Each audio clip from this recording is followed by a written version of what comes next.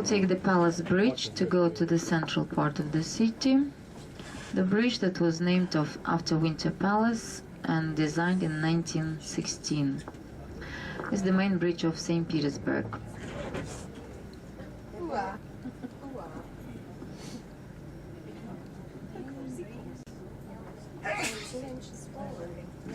Unless we open the gardens, we'll see those fountains again. But it's not guaranteed, as everything in Russia. St. Petersburg used to be the capital of the Russian Empire from 1712 till 1918. Before and after, it was very often visited by famous musicians, poets and writers who lived in St. Petersburg.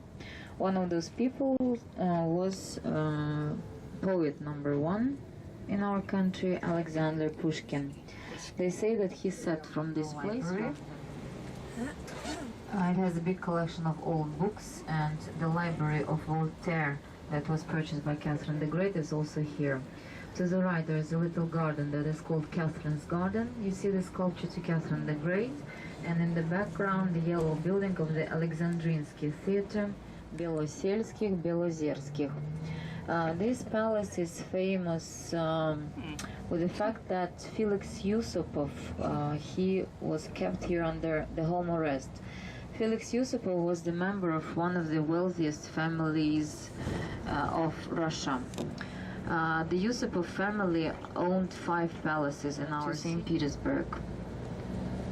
I'll interrupt myself to draw attention to the buildings that are across Fontanka River. This ugly building to the right, the Soviet one. It's it is really ugly. It doesn't fit to the architecture of the embankment. Yes, it's a Soviet building that was constructed in the 1970s, and there is a printing factory, the theater that was designed in the 19th century. It was the favorite theater of Russian Emperor Nicholas I. There is a street that crosses Fontanka by the next bridge. On this street there is a building where Rasputin lived. He rented an apartment there. Closed to the left. Yeah. We're actually lucky that the embankment is closed, because we turned left and we will see the house. It's a dark building on the left with a tower front. In the courtyard there are apartments, and Rasputin, wife of Nicholas II, he got some news about a man who could heal. And as you remember, Alexis, he had hemophilia, so Alexandra, she decided to try him as a healer, believing that he could stop bleeding of Alexis. To the left there is that train station that I've mentioned before, from which Rasputin went to Tsar's village. So Rasputin, he was invited to Winter Palace to be introduced to the wife of Nicholas II. And when he visited Alexandra, he was introduced to Alexis, and he did something with his hands, and he stopped bleeding of Alexis. And since that time, Alexandra, she blindly trusted Rasputin, and they became very good friends. Some even said that they had a love affair, but I don't think so. Have you? Yeah, there is a disco song saying that, but I don't think so. Have you seen a picture of Rasputin? Yes. Yeah, to me he looks like devil. He's very scary. Yeah, so I doubt that they were lovers. Some of the noble people, they didn't like him. One of those people was Felix Yusupov. Felix Yusupov, he didn't know Rasputin, but he also heard a lot about him. He was the person who was married to the niece of Nicholas II, Iridia. So they all came down, but they didn't find Rasputin on the floor. She discovered what happened. She was furious because she lost her last hope. to heal her son. To the left, that was designed in the 1970s. Very good that we have a red light now. We'll stop. So this building has a Soviet symbolic. In the 1970s, the monument is shaped as broken ring that symbolizes the broken siege. On the stele on the other side, there are dates of the war, 1941, 1945. And behind the circle, behind the broken ring, there is a sculptural composition. We'll see it right now. Sculptural composition that represents soldiers who defended the city from Germans. And underneath, under the square, there is a museum, also dedicated to the days of the siege. In this museum, they have personal belongings of citizens and of the soldiers who fought on these lands. About 1 million civilians died, and also 1 million soldiers who fought on these lands. So only about 2 million people died in the area of our city, and about 25 million people all over the country. In the city center, unfortunately, we don't have big spaces for such malls, so they are located outside the city. Around the city, there is right through the gate in their carriages. Now we drive around because they preserve it from vibration. The gate was designed in the 1830s by Russian architects. Egyptian style was fashionable at that time, so this gate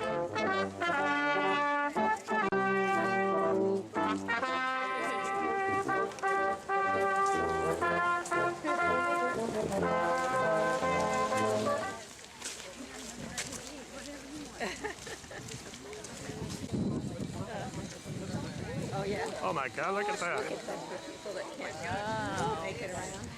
Wow.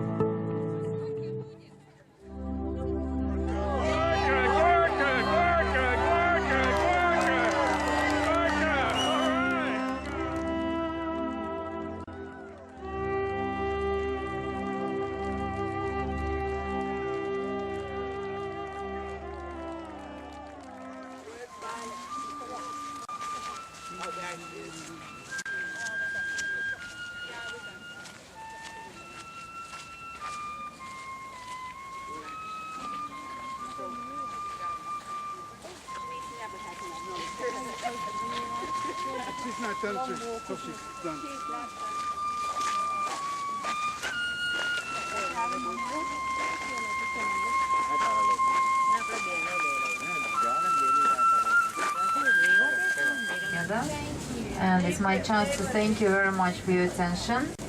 I hope you enjoyed all the tours.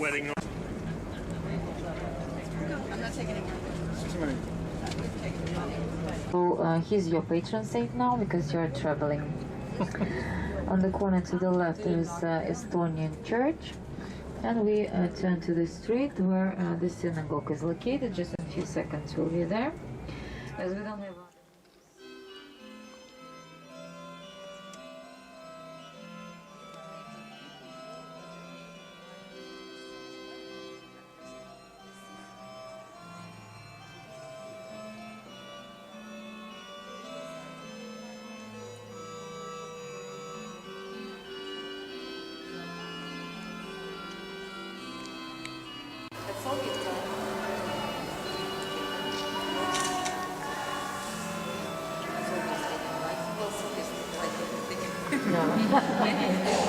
Jews, religious people, they like propaganda. This synagogue considered to be the second largest in the world. So if you have been to Budapest, they say that this is the second. Okay.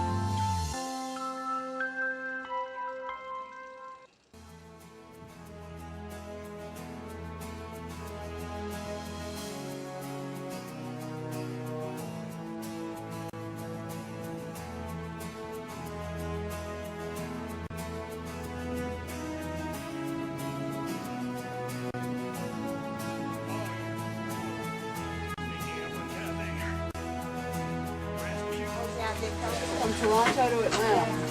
I haven't heard from home though. You know, it's probably mafia or something. I tell you what, when we pulled up here today, that looked like one of the enforcers, the mafia stuff. Did you see him? Look,